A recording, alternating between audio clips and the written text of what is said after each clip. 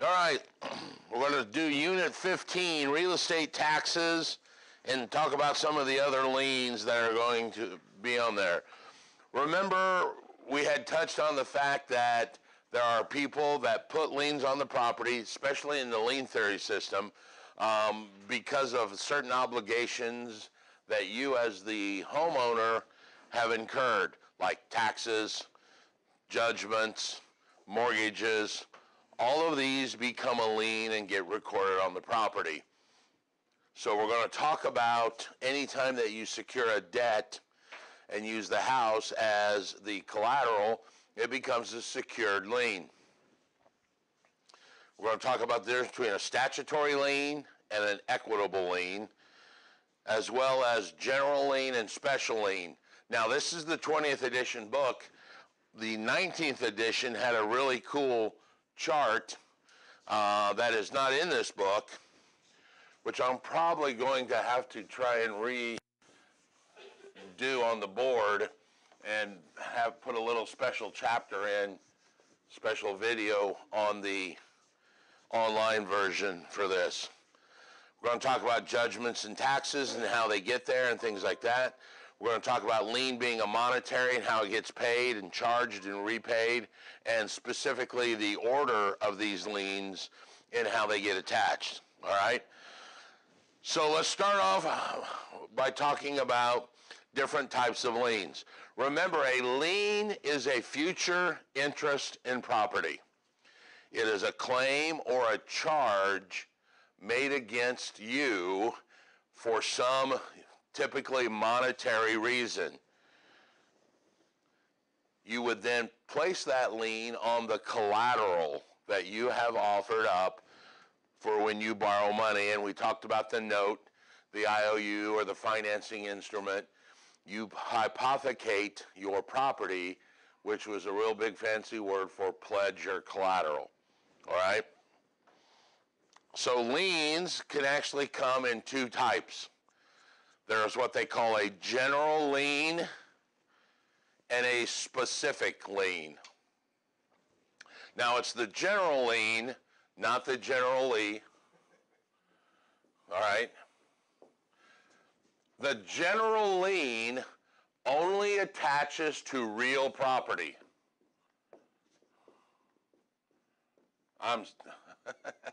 Yeah, all right, let's start this all over again, all right? So if you're listening at home, this was a warm-up. If you're listening here, I was just testing to make sure you guys are okay. Actually, I'm talking about a specific lien, not general lien. Hey, it was a weekend. Give me a break. It was a long weekend. So let's go back and touch that. Liens come in two types, specific liens and general liens. We're going to start with specific liens. Specific liens only attach to real property, to a specific piece of property. That's where the name comes from. In the legal world or the Latin world, sometimes you hear it called in rem, which means against the thing. All right? They are specific because they are attached to one specific type of real property. What's attached to my piece of real property has nothing to do with what's attached to your piece of property. That's where it's specific in nature. So they come in specific and general. Underneath each one of these, we're going to deal with just specific liens for a second. They come in voluntary or involuntary liens, and then there's a third one called a vendor's lien.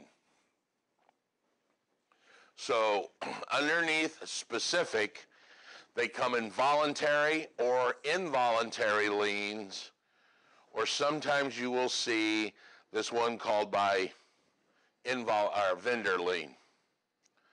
A voluntary lien is one that's created intentionally. You guys went out and sought it out.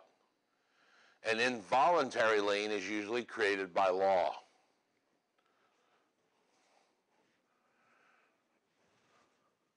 Now, the value of these liens come in two types. All right?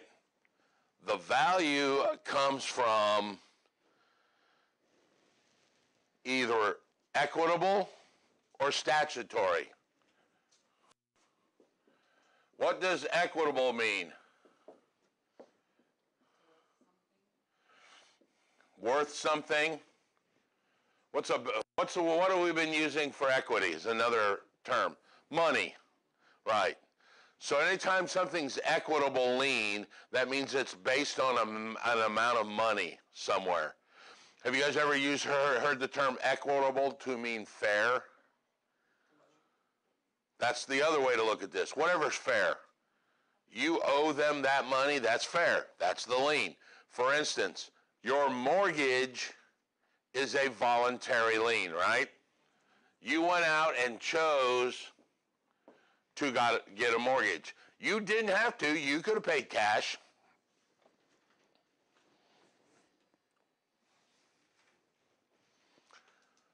It's also equitable, voluntary, specific lien. Equitable because the amount of mortgage you got is based on the amount of value of a house. You can't get $1 million mortgage on a $200,000 house. Not legally.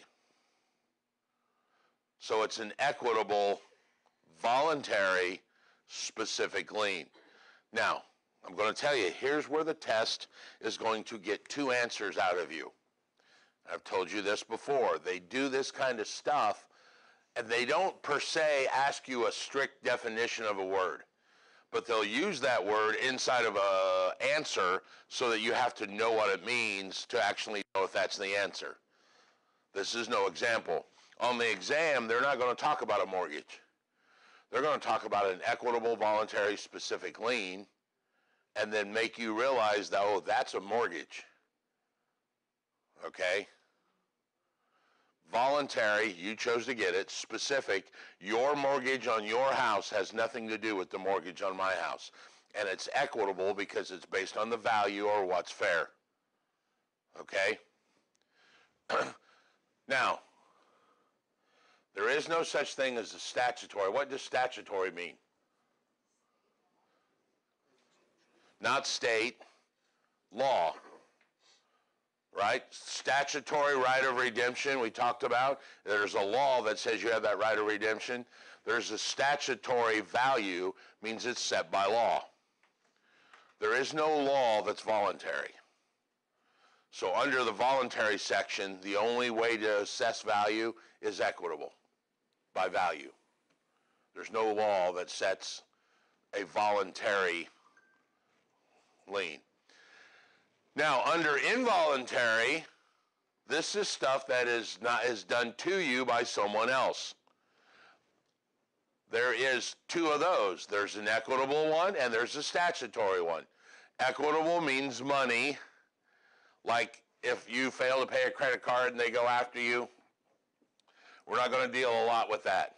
The one I want to talk about is statutory, a law. Can you think of a law that someone has placed upon your specific piece of real estate? Real estate taxes. Real estate taxes. They are a statutory, involuntary, specific lien. Let's go through that. Statutory means it's a law. Involuntary means someone else has done it to your property, and it's specific because it's attached to only one piece of real estate. Your taxes on your home have nothing to do with your real estate taxes on your cabin in Brown County because they are specific. They're involuntary, and they are based on a law. Now, we have this third column, and if it's not in your book, I want you to write it in your book. It's called a vendor's lien. The reason it kind of has its own column, because it's kind of both. It's kind of voluntary and involuntary. Typically, it comes from something that you chose to do voluntarily, but you decided to not pay for it So you have forced someone else to have an action. It comes in two valuations as well, equitable and statutory. What would be an equitable vendor's specific lien? Windows? I don't know what you mean by that. A mechanic's lien. You guys know what a mechanic's lien is? A mechanic's lien is when you have chose to have work done on your house, like a new air conditioner, and then for some reason you chose not to pay for it. I didn't like the way they did it, I'm out of money, whatever reason, so you force them to go to court and put a lien on your property. So it's kind of both, voluntary and involuntary. It's a vendor's and it's specific. It's equitable in nature because the mechanic's lien is only based on the amount of money that you owe or what is fair. You have $10,000 worth of mechanic stuff done on your house, they cannot sue you for $1 million. They sue you for $10,000. That's what's equitable. It's fair, you owe them that, and that's the amount of money. Now, point to make here for some of you, the term mechanic means anybody that has improved your property. It does not mean car mechanic. A lot of people think car mechanic. No. Lawn care can put a mechanic's lien on your property. Roofing companies can put mechanic's liens. People, the cement company that poured your driveway, that built your deck, that did your air conditioning, that worked on your 220 wiring for your hot tub that you didn't pay for. All of those are mechanics because the original term means somebody that has improved your property. All right? Not just a grease monkey or a car mechanic or a something jockey, car jockey. None of that's not what we're talking about. Any mechanic. All right? Now there is a second version of this that is statutory. That's a law. And the best example of this is HOAs. An HOA lien, you chose to have the homeowners association by buying into the property. When you buy a house, by the way, that has a homeowners association, one of the documents you will sign when you close is that you agree to abide by the rules. All right? So down the road, you decide you're not going to do that and you don't pay them. The rule for the HOA says everybody pays $125 a month. Has nothing to do with the value of your home. $140,000 home next to a $160,000 home, they both still pay the same amount. That's why it's statutory. It's a rule.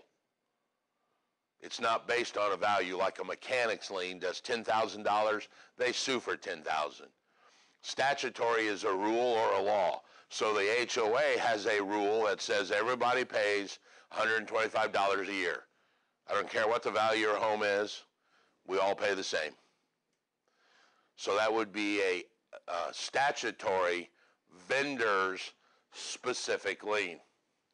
So make sure you understand that we are talking about specific, meaning just the real property. There are a voluntary and involuntary, and a vendor's lien that's not in the book that you should have written in. And their value comes from either a statutory law or rule or equitable